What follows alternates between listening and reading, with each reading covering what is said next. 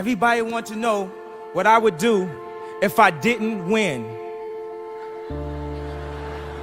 I guess we'll never know.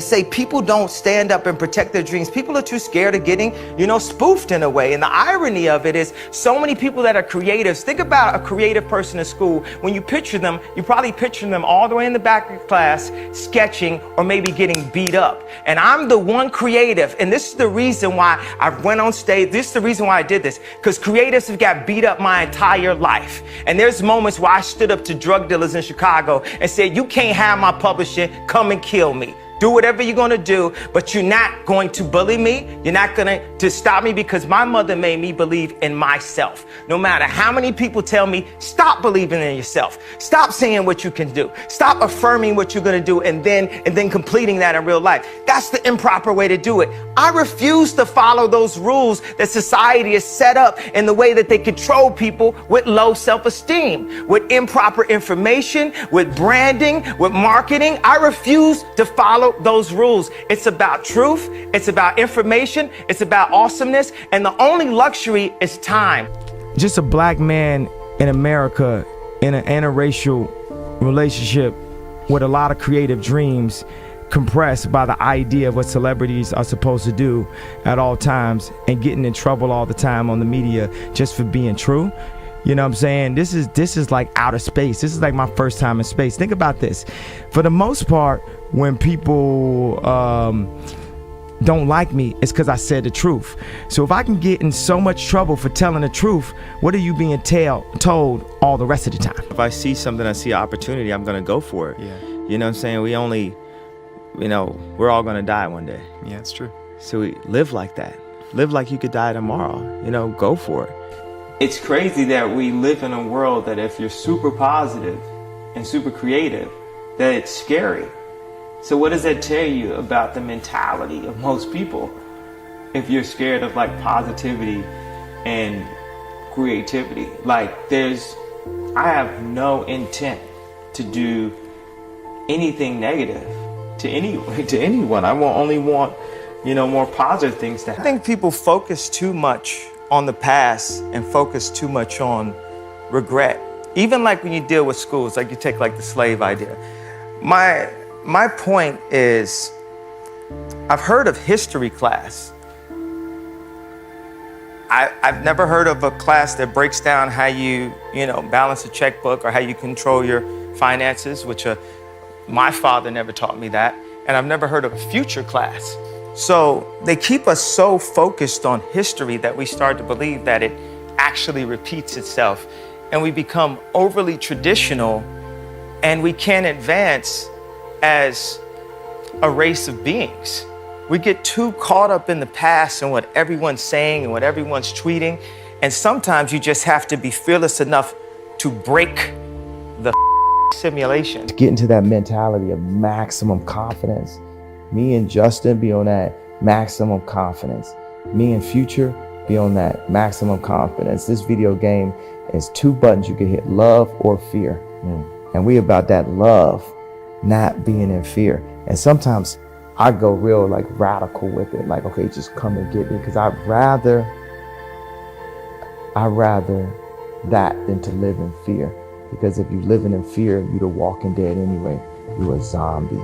Our existence as a race, humanity, period, is a blip, a millisecond of our life in the entire scope of the universe. All these walls that keep us from loving each other as one family or as one race, racism, religion, where we grew up, whatever it, class, social and economics, all this. What makes us be so selfish, prideful? What makes us not want to help the next man? What makes us, be so focused on a personal legacy as opposed to an entire legacy of a race? The dinosaurs aren't remembered for much more than their bones. So for when humanity's gone, what do we give to even this little planet, that we're on? And what could we do collectively? Removing the pride. It is the glass shattering of the class system, which is the new racism. class is the new way to discriminate against people, to hold people down, to hold people in their place based on where their kids go to school, how much money they make, what they drive, where they live, and what type of clothes they have, and how much they have in their account for, retirement. To somehow say that this person right here means more than this person. Like, I know I tweeted, Black Lives Matter, but, all lives matter. Everyone should have an opportunity to drink from the same fountain. The idea of exclusivity is a new colored people fountain concept.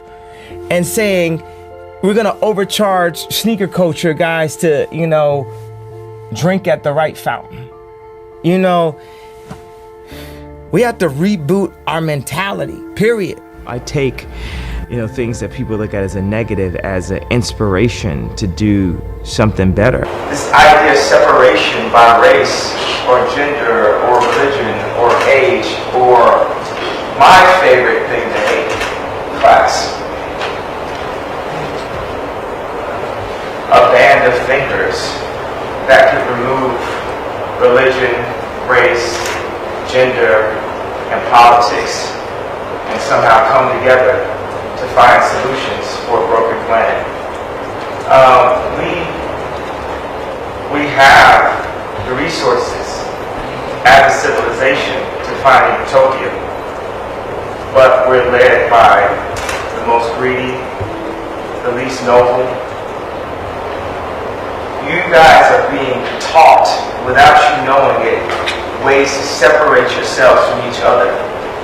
If you're separated, you can be easily controlled.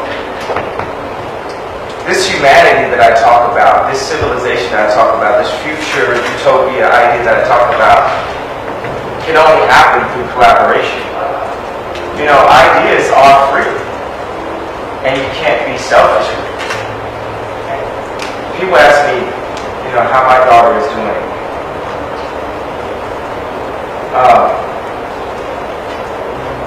She's only doing good if your daughter's doing good.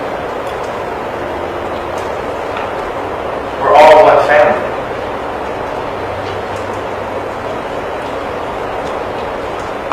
Like literally, last names aside, we're all one family. And we have the ability to approach our race like ants, or we have the ability to approach our race like crabs. And imagine if everyone's main focus, more so than how they was going to the club, their main focus was to help someone